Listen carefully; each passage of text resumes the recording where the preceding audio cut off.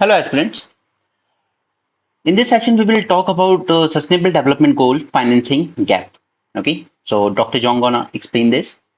Now, see, whenever Sustainable Development Goal की जब भी बात होती है, तो हमेशा एक चीज का इशू आता है. आखिर हमने इतने हाई फाई टारगेट सेट तो कर लिए फॉर 2015 टू 2030, ठीक है, और 2030 तक पहुंचने में अब से 6 इयर्स का टाइम रह गया है, राइट. बट हमने टारगेट सेट किए, बट सभी कंट्रीज के पास उतनी फाइनेंसिंग कैपिटल नहीं है, ठीक है, कैपेबिलिटी नहीं है उनके पास, उतने अच्छे इंस्टीट्यूशंस नहीं है, वो कैपेसिटी बिल्डिंग भी नहीं है उनके पास, ठीक है, उतने अच्छे इंस्टीट्यूशंस नहीं है जो इन टारगेट्स की इंपॉर्टेंस समझ सकें और उसको अचीव करने के लिए पॉलिसीज फ्रेम कर सकें, इंक्लूडिंग इंडिया, वहां पर भी ये चीज होती है, ठीक है. उसके अलावा ये माना जाता है कि आज ये लोग कहते हैं कि क्योटो प्रोटोकॉल के अंडर में हमने जो अपना 100 बिलियन का टारगेट था डेवलपिंग कंट्रीज का, इसको अचीव कर लिया है लास्ट ईयर, और हमने करीब मोर देन $110 बिलियन फंडिंग में डेवलपिंग कंट्रीज को प्रोवाइड की, hence target is achieve.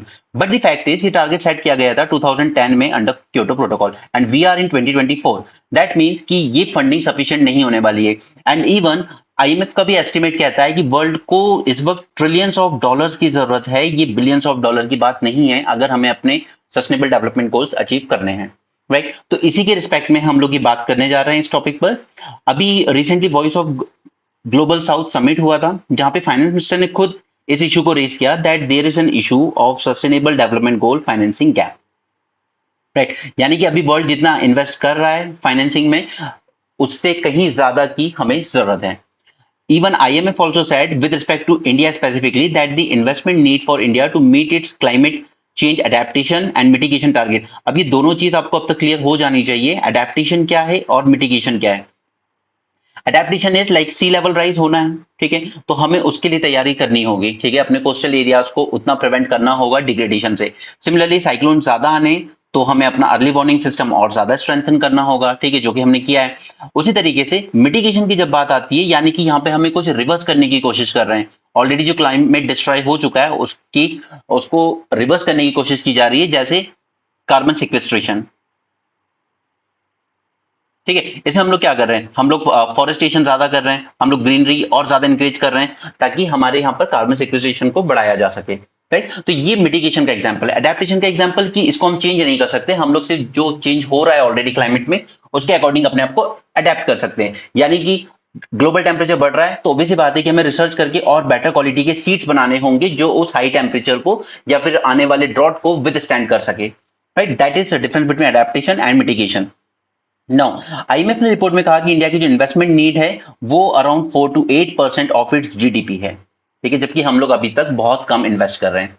Sustainable development goals की अगर हम बात करें, तो यहाँ पर अगर आप इसको लॉजिकली देखें तो शुरू के जो 6 हैं they are social, social in nature. These are social goals, no poverty, zero hunger, health and etcetera. Similarly उसके बाद के जो 6 हैं they are mostly economic in nature, right. And last के जो बच जाते हैं 5 goals, they are with respect to environment, right. So social, economic and environment, इस तरीके से आप इसको याद रख सकते हैं. पूरे 17 याद हो जाने चाहिए, कोई बड़ा काम नहीं है वो, ठीक है. कब तक के लिए लॉन्च किए गए, 2015 में लॉन्च किए गए थे, 2030 तक हमें अचीव करना है. इसका एग्जैक्टली ऑफिशियल जो नाम था वो था transforming a world 2030 agenda for sustainable development. यहाँ पे हमने 17 गोल सेट किए जिनके अंडर 169 टारगेट्स इशू हुए, ठीक है. अल्टीमेटली गोल क्या है यहाँ पे वर्ल्ड का, just a second let me.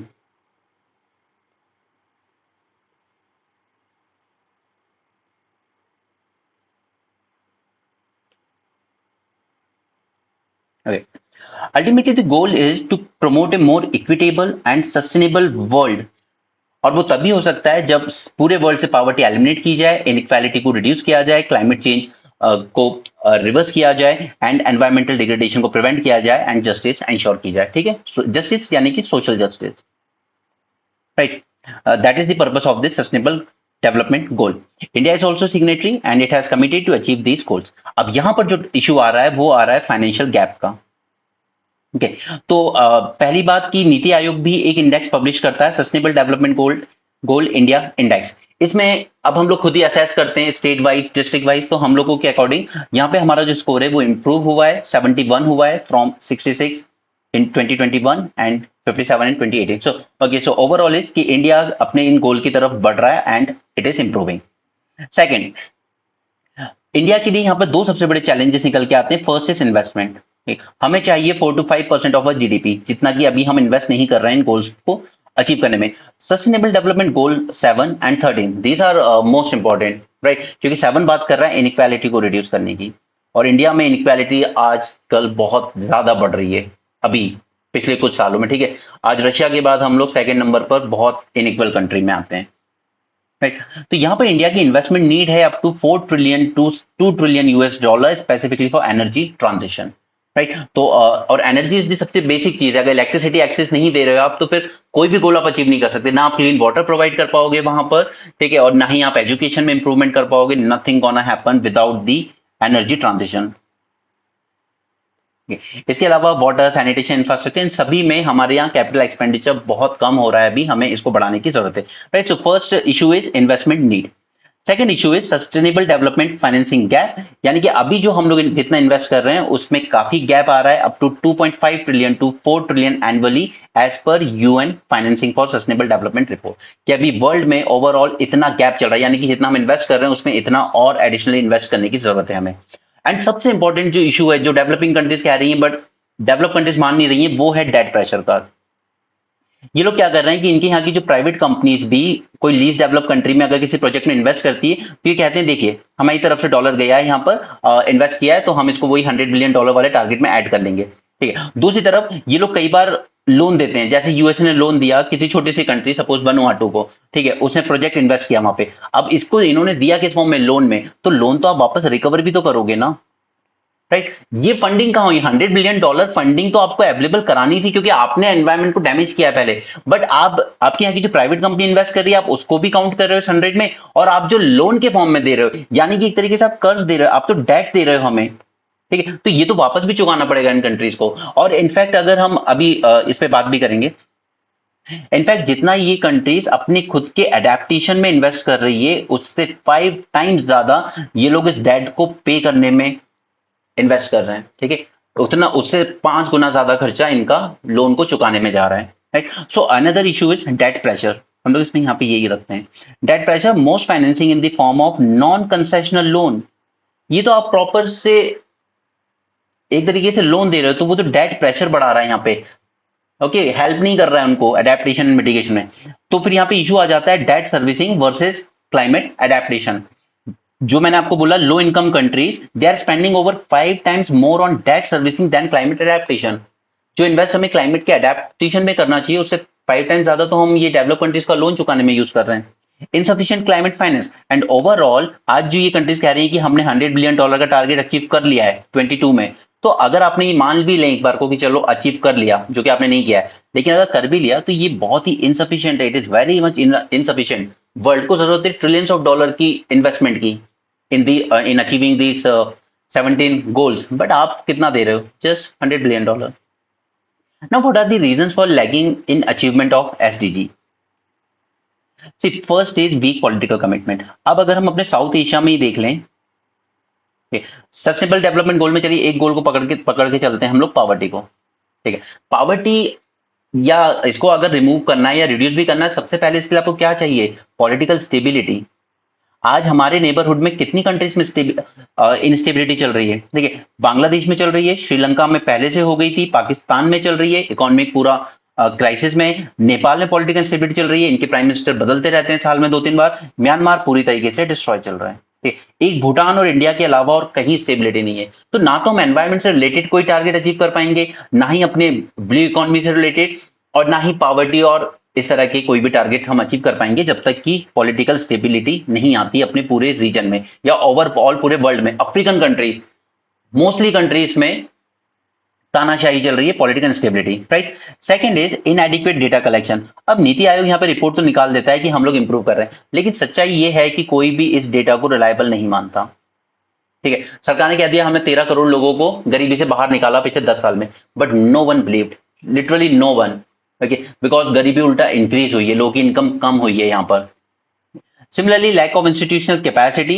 तो इवन हमारे भी जो इंस्टीट्यूशंस हैं जो काम कर रहे हैं, चाहे वो पॉवर्टी रिडक्शन स्कीम्स वगैरह में काम कर रहे हो, या फाइनेंशियल इंक्लूजन में कर रहे हो, या ग्रीन इकोनॉमी वगैरह में कर रहे हो, उतनी इंस्टीट्यूशनल कैपेसिटी हमारी ज्यादा अच्छी नहीं है। देखिए हमारे यहाँ आज भी ब्यूरोक्रेसी टाइप के लोग ही, ब्यूरोक्रेट्स ही इस तरह के सेक्टर्स में डिसीजन मेकिंग पे बैठे हुए हैं, जिनके पास वो एक्सपीरियंस है ही नहीं, ग्राउंड लेवल का कोई एक्सपीरियंस नहीं है उनके पास, राइट। इसलिए फिर आप क्या करते हो, कोई पॉलिसी फ्रेम करते हो तो आप प्राइवेट सेक्टर से एक्सपर्ट एडवाइस के लिए उनको हायर करते हो, फिर सरकार उनको पे करती है। ये मैंने आपके साथ न्यूज एनालिसिस में डिस्कस भी किया था कि किस तरीके से नेक्सस चल रहा है। एक secretary, joint secretary project sanction के लिए किस प्राइवेट कंपनी को अप्रोच करेगा, वो इस पे डिपेंड करता है कि क्या वो प्राइवेट कंपनी उसके बेटे बेटी या किसी फैमिली रिश्तेदार को करोड़ों के पैकेज पे जॉब दे रही है, ठीक है, या अगर वो ये प्रोजेक्ट दे देता है तो उसको बेनिफिट क्या होगा इनडायरेक्टली, ठीक है। It's not about bribery, but indirectly क्या उस कंपनी से, उस पर्सनली उस सेक्रेटरी को क्या फायदा हो सकता है, ठीक है। तो सरकार ये एक्सपर्ट एडवाइस पे लेने पे मजबूर होती है, क्यों? क्योंकि आपके खुद के ब्यूरोक्रेट्स के पास वो कैपेसिटी नहीं है।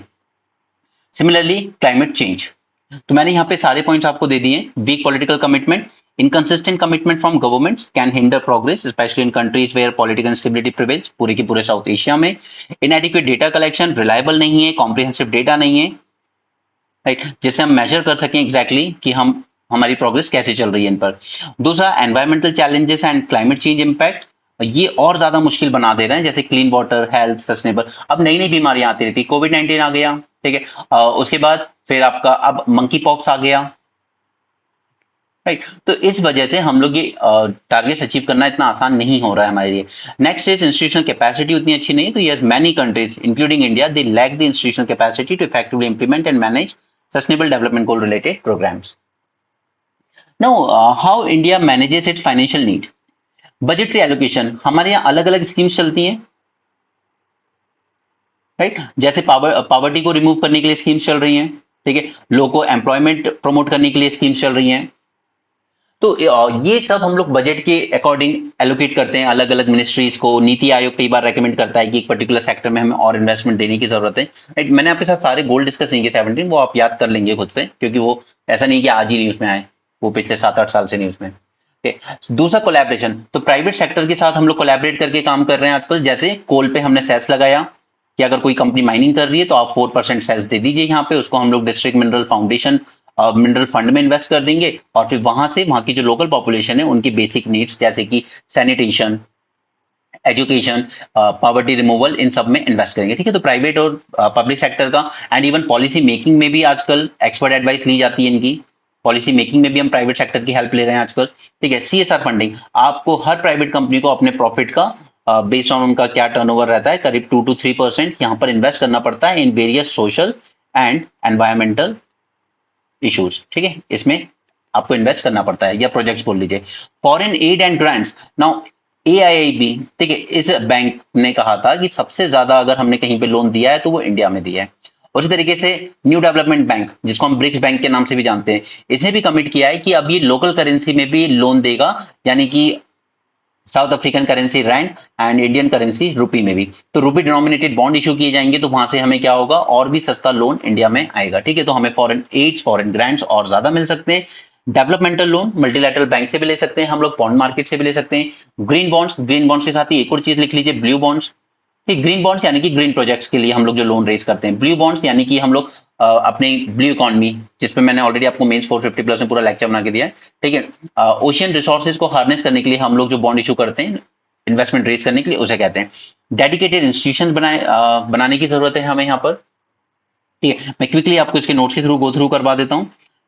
Okay, each plan outline specific goals and associated financial requirements. सभी सेंट्रल गवर्नमेंट, स्टेट गवर्नमेंट, ये सब कंट्रीब्यूट करती हैं SDG funding through various scheme and programmes.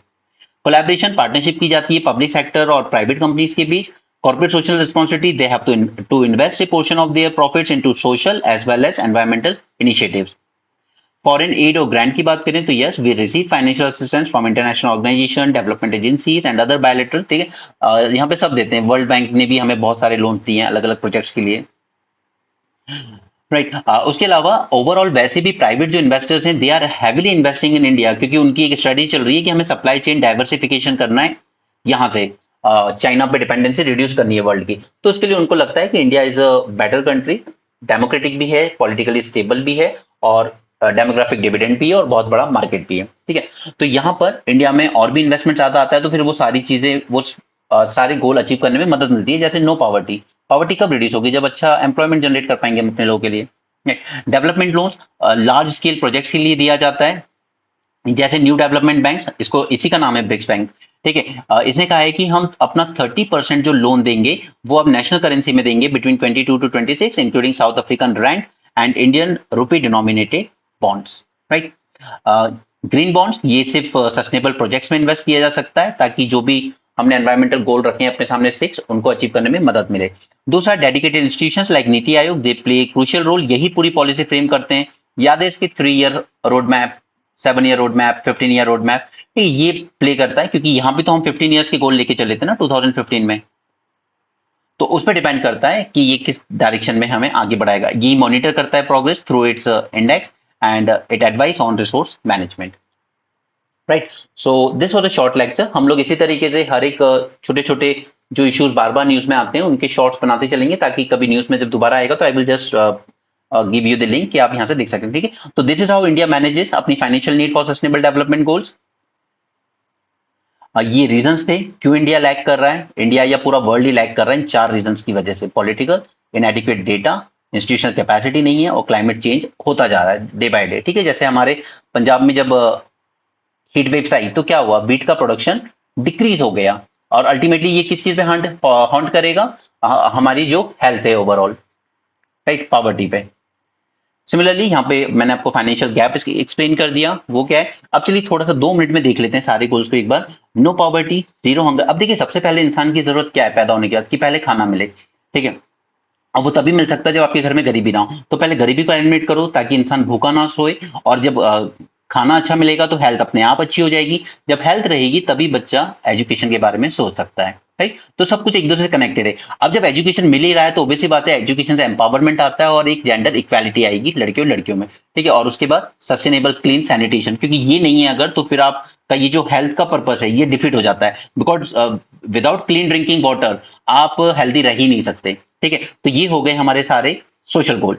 Economic गोल में हमें अफोर्डेबल एंड क्लीन एनर्जी चाहिए, इलेक्ट्रिसिटी, ठीक है। तो दिल्ली गवर्नमेंट का ये 200 यूनिट 300 यूनिट देना बुरा नहीं है, ठीक है, वो ठीक है। उसके अलावा decent growth, decent work and economic growth, इसी के लिए जो इन्वेस्टमेंट आ रहा है वर्ल्ड ओवर से इंडिया की तरफ वो अच्छा है। इंडस्ट्रियलाइजेशन, इनोवेशन एंड इंफ्रास्ट्रक्चर, और जब आप इतने एम्प्लॉयमेंट जनरेट कर लोगे, ओके, आप अपना इंफ्रास्ट्रक्चर अपनी इंडस्ट्री वगैरह को इंप्रूव कर लोगे तो इनइक्वालिटीज अपने आप कम हो जाएंगी, ठीक है। उसके बाद डेवलपमेंट हो रहा है वो ठीक है, लेकिन डेवलपमेंट होनी चाहिए एक सस्टेनेबल मैनर में, तो सस्टेनेबल सिटीज होनी चाहिए। और दूसरा, रिस्पॉन्सिबल कंजम्पशन होना चाहिए। ऐसा नहीं कि आप कंज्यूम करते जा रहे हो और पूरा पॉल्यूट करते जा रहे हो, डिफॉरेस्टेशन करते जा रहे हो, आप अपने शहरों को एक्सपैंड करने में, हाउसिंग वगैरह प्रोवाइड करने में आपने पूरे जंगल्स काट दिए, नहीं, ये it should be a responsible consumption, ठीक है। तो ये हो गए आपके इकोनॉमिक गोल्स।